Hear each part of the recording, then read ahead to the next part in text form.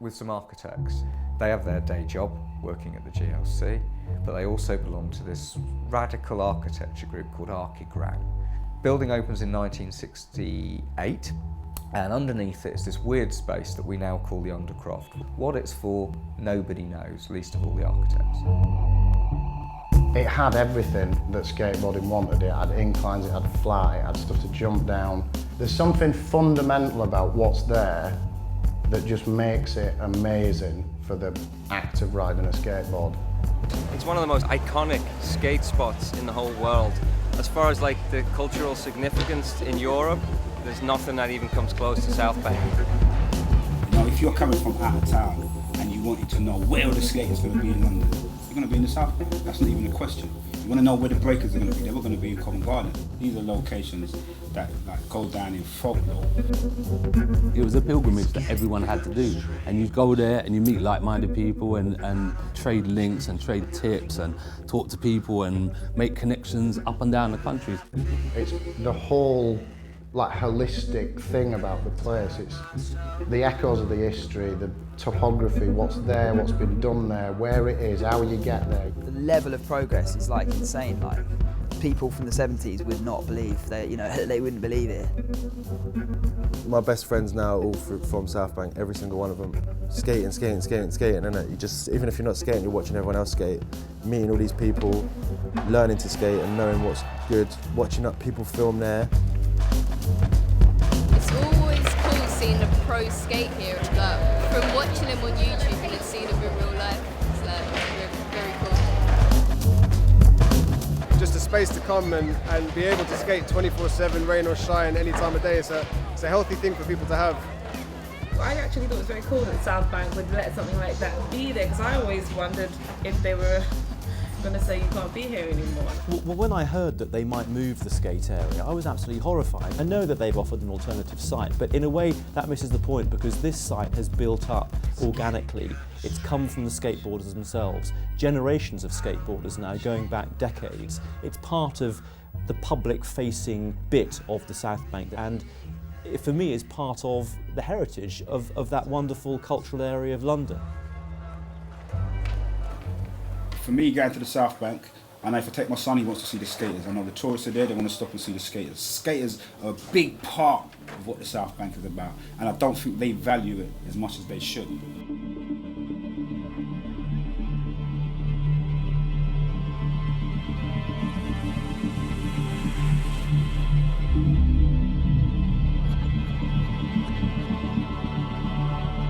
In March 2013, the Southbank Centre officially announced plans to redevelop the Southbank site. Part of these plans included the infilling of the Undercroft, with commercial units displacing the resident creative community. What you need to remember is, in the mid-90s, they turned the lights off to stop people going there. They put gravel on the floor to stop people going there. They cut holes in the floor to stop people going there. Half the space has been taken away to stop people going there. So slowly and inexorably, the powers that be, whoever they are, have marshalled us into a smaller and smaller space, and have actively attempted to get rid of skateboarding in the early 90s, and it didn't work. I mean, it seems that for a long time now, it's kind of been more focused on the way to get rid of us than it is the way to nurture what we do there. They're talking about nurturing arts and creating opportunities for kids to do new things, and it's like, well, you have it under your nose for free. You don't need to spend like, I don't know, what, 120 million is it in total? Despite repeated attempts to evict the skateboarders at the Southbank, the movement has continued to grow and evolve, establishing itself as an integral part of the Southbank's cultural landscape. One of the prevailing ideas at the moment is creativity and culture as a means of city building. The Festival Wing is a classic example of that. It's about culture, it's about attracting creative people to your particular city and competing. London is competing with New York for talented people. Culture, it doesn't have grading, or a hierarchy. It doesn't, no matter how much they want to think it does, it really doesn't. It's the business of art therein. There are already 24 commercial units on the Southbank Centre site, with more of the same really enhance the cultural experience for visitors to the area. I'm probably using this space 5 times as much as the people who are going and enjoying the art. It's just I'm probably not spending, 5 times the amount of money that they are.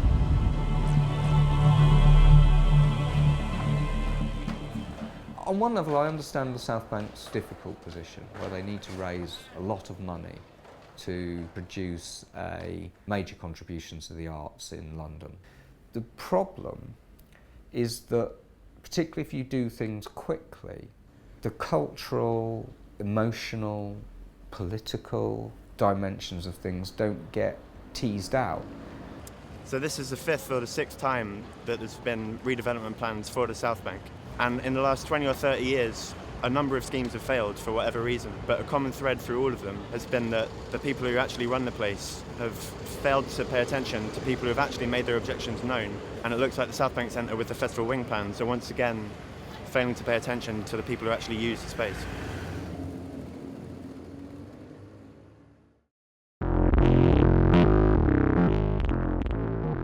The Southbank Centre intend to relocate the skaters to a purpose-built site 120 metres away under Hungerford Bridge. They have refused to discuss the option of preserving the current Undercroft community, instead pushing the Hungerford Bridge site as an inevitable outcome of the redevelopment. But this would destroy not only the history, but the entire ethos of the Undercroft, which is the birthplace of British street skating, an art form based on the interpretation of space. Down the road in London Bridge, this purpose-built skate park has been unsuccessful and largely disused since it was built 7 years ago. This is because it is a homogenised space which does not interest street skaters. The technique of skateboarding isn't skateboarding. Your ability to do tricks is like a vocabulary, and you can using that language of tricks, you can communicate with the stuff that you find in the street and turn it into something else. Skate parks and street skating ain't the same thing. Like the fact is, I take my son to the skate park. That's where he goes to practice what he wants to do. But when he's out, even like when I take him home and he's saying, "Dad, I'm taking my skateboard out," and he's going with his little mates, I know that's a completely different experience for him. You get me? It's not the same thing. I'm a skateboarder. I live and breathe skateboarding. When I'm not working to pay my bills so I can sleep and eat somewhere safe, I want to go skateboarding. That's what a real skateboarder does. And it's not just the act of skateboarding. It's more about brotherhood, friendship, the city mission, learning. It's Zen. The connection between the skate park obstacle and the real obstacle that you're going to find in the city is going to be more and more dislocated. I can do a different trick completely at a skate park. I can't apply that to the streets. The golden age of skate park building that's been happening for the last 10 years since the Tony Hawk thing is great. It's enabled loads of kids to get into it. People who live in the middle of nowhere have got something to skate. But you can't replace culture and history with custom-built facsimiles of what was there before. It's not the same thing.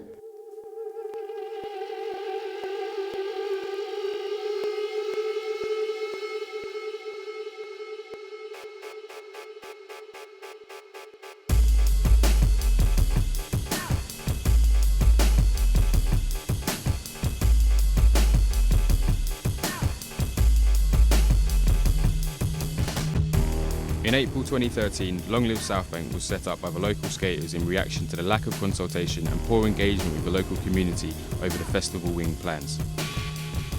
They don't take the time to speak to the right people, and when they do speak to the right people, they don't listen to us. We don't want to just be a big hiccup in their plans. We love it, and we're not doing it for money, we're doing it for love, and that's why we care so much. We're just being targeted as the bad guy here. We don't have to lose what we've built up for everyone to have a piece of, everyone have a share a piece of the pie. I think it's on South Bank's head. All age groups, man. It's been really heartwarming. So many wicked people. Certain people just come down because they know we're here.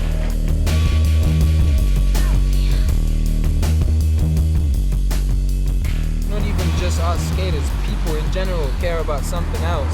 People care about having a little bit of freedom in this all-controlled world. All they see is numbers, digits, money, development, this, that, future plans, but they're having something great right now, right here.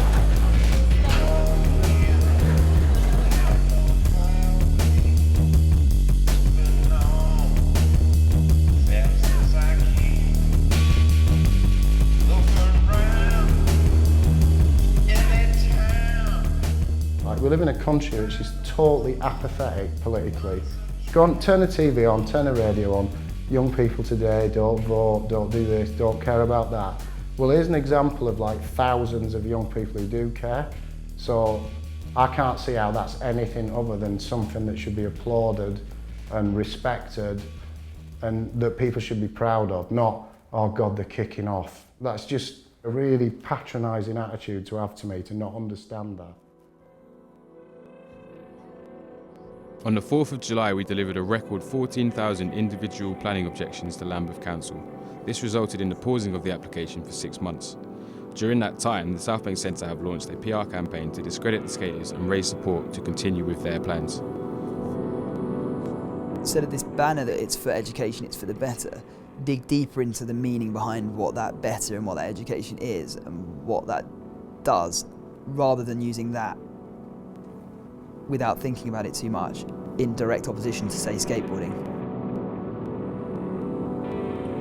In September, after 6 months of campaigning by Long Live Southbank, the Southbank Centre organised an invitation-only open forum event to discuss the proposed redevelopment plans.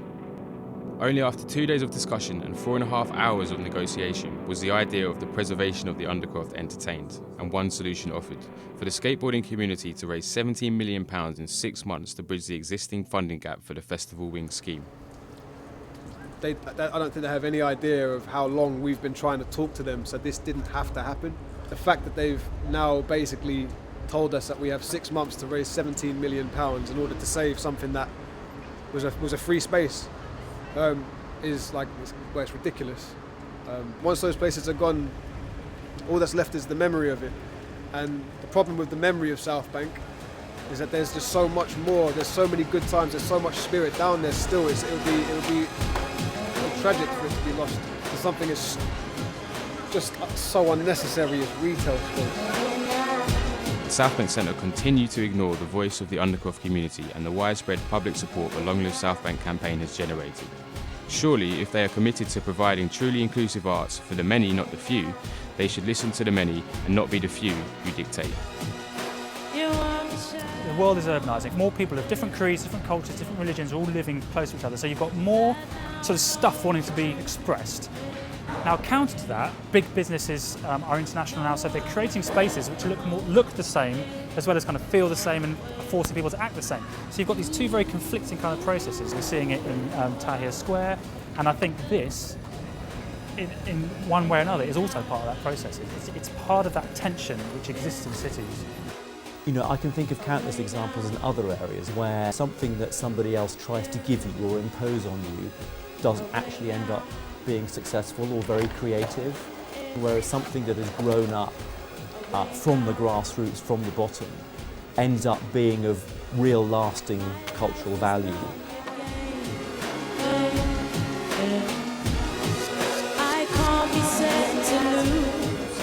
Exactly the same as if it was in some kind of like more traditional classical school. Yeah. It's been there 40 years, so there's people passing stuff on, on. And that's the culture of evolution, that's art evolving. What we have here with the Southbank is a real opportunity to show that, you know, you respect the art and the culture and you value community. Like, the core of this is not the skate park, it's the street.